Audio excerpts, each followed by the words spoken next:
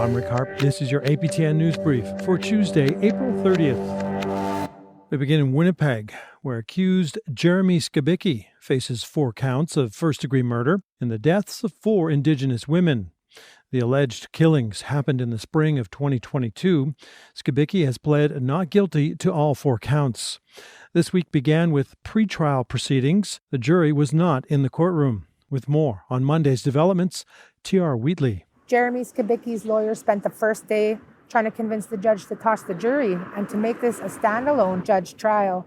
Now, the defense had the founder of Main Street Research appear on a screen in the courtroom via video conference. His company has done public polls, mainly in the public sector, for over the past 35 years. The Crown had argued that he had no experience polling the public on criminal justice issues or testifying as a witness in court. What is interesting to note here is that that same company was commissioned by Legal Aid to conduct a public poll earlier this year that aimed to prove that the jury members could not be impartial. Now, the accused defense, which are also from Legal Aid, want to use those findings to remove the jury. The proceedings are taking place inside the biggest courtroom here. Most of the seats remain full throughout the day with family members and different Indigenous organizations for their support. It was interesting to see the layout of the room as well, because the accused, who was brought in with shackles on his feet, he sat in a special box to the right side of the courtroom. The closest people to him were the media, as they had us sectioned in our own area. This is out of the ordinary because normally during trials, the accused are usually positioned in a stationary box right in the middle of the courtroom. That area, though, is directly in front of a path where the public can walk past. This setup is expected to stay the same for the next 6 weeks. And a candlelight vigil was held in the vicinity of the court building the evening before the trial. Family of Mercedes Myron invited community members to ceremony and to share good memories. Once again, T.R. Wheatley. Outside the front doors of this courthouse, the family of Mercedes Myron and their supporters offer a sacred song and prayer to the Creator for a safe journey over the coming weeks. On the eve of the trial for Jeremy Skibicki, a Caucasian man accused of killing Mercedes and 3 other Indigenous women, where Skibicki has pled not guilty on all charges, none of the charges have been proven in court. It's been very heavy on our hearts, very anxious, a lot of anxiety. This next month is going to be very, very hard on us. Police believe Mercedes' remains are at this landfill outside the city, along with 2 of the other women, while the 4th woman's partial remains were found at the Brady landfill in 2022. Until we get her home, we'll be fighting. Her grandmother, Donna Bartlett, shares with the crowd the struggle they've had with trying to get authorities to search for Mercedes' remains. Like I said, even a piece of her would be good.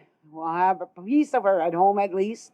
It wasn't until recently that both the federal and provincial government committed $20 million each for the search. Both have also dedicated a combined $700,000 to support the families throughout the trial. Manitoba's Grand Chief says there shouldn't be a one-time commitment because self-care is essential for victims and families going through trials. It's needed in all our communities, all our nations, that we be able to provide that mental support, that spiritual support, and that cultural support to be able to go into ceremony. Something that's been crucial to help keep the Myron family stay strong over the past year. Plenty of supports. A lot of organizations have been helping us. Also, just the community coming out and supporting us has been very big. While the next few weeks will be some of the longest days for all of the victims' families, the Myrons hold on to days like this, where they can celebrate Mercedes' life and keep her spirit alive. T.R. Wheatley, APTN National News, Winnipeg. To Saskatoon, where police have announced the imminent search of a city landfill. Confined to a small subsection of the Valley Road landfill, police hope to uncover clues pointing to the location of Mackenzie Trottier. Trottier was 22 when she was officially declared missing back in 2020. Police remind the public that she remains a missing persons case. The search, set at a total of 33 days, beginning Wednesday, is based on information police received late last year. Along with specially trained search dogs, the operation will be assisted by members of the Calgary Police Service. Turning to the case of another missing woman, Ramona Peter, a Casca woman who a year ago this past Sunday vanished from the Yukon community of Ross River. Peter's family is hopeful she'll be found safe and sound. The RCMP say more information is needed to make that happen. Sarah Connors reports. It's been 1 year since 40-year-old Ramona Peter was reported missing. The Casca woman was last seen at a store in her home community of Ross River on April 21, 2023. She was reported missing a week later on April 28th. Now 1 year since her disappearance, her whereabouts remain unknown. I feel hopeful, but, there's always that little nagging feeling that she's gone, and our whole family and the whole community just want her home. Yukon RCMP conducted the most extensive air search to date in hopes of finding Peter at the time of her disappearance. They say a significant amount of time and resources have been invested in looking for her. We had some initial leads that we followed up and we did a lot of work on, but things have essentially dried up for the last several months. Langley says Peter's disappearance is still considered active, but new information is needed in order to move the investigation forward. We have exhausted all of the tips and clues that we have come across up to this point. Steria says Peter's family won't give up until she's found. We have to have that hope to continue with our efforts to make sure that nothing like this ever happens again. Sarah Connors, APTN National News, Whitehorse.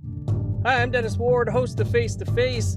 Coming up on our next episode, I'll be sitting down with lawyer Julian Faulkner. We'll be discussing the latest calls for the disbandment of the Thunder Bay Police Service and much, much more. Tune in Tuesday on APTN or listen to the Face to Face podcast for an extended interview. Download and subscribe on your favorite player. And finally, Roger Bilodeau, the Alberta man found guilty of manslaughter in the deaths of 2 Métis hunters, has now been granted day parole. Back in 2020, Bilodeau and son Anthony pursued Jacob Sansom and Morris Cardinal at high speed on a rural Alberta road, a chase that ended with the younger Bilodeau shooting the pair. Both men were left for dead. Later found guilty of second-degree murder in their deaths, Anthony Bilodeau was sentenced to life in prison. He won't be able to apply for parole until 2036. And that's your APTN News Brief for Tuesday, April 30th. I'm Rick Harp.